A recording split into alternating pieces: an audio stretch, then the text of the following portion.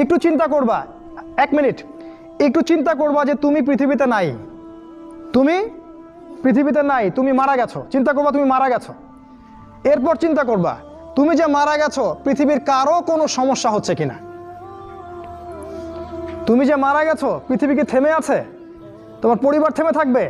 তোমার শিক্ষা, তোমার বন্ধু বান্ধব, তোমার আত্মীয় স্বজন কেউ থেমে থাকবে? কেউ থেমে থাকবে না। তুমি পৃথিবীতে থাকো বা না থাকো, কারো কিছু আসে যাবে না। আল্লাহ পাক তোমাকে যে পৃথিবীতে রেখেছেন একটা সুযোগ খালি দিয়েছেন, যাতে তুমি আল্লাহর দ্বীনের জন্য কিছু করতে পারো। এটাই আল্লাহ তোমার কাছে চান, আর কিচ্ছু চান না। আর কিচ্ছু আল্লাহ তোমার কাছে চান না।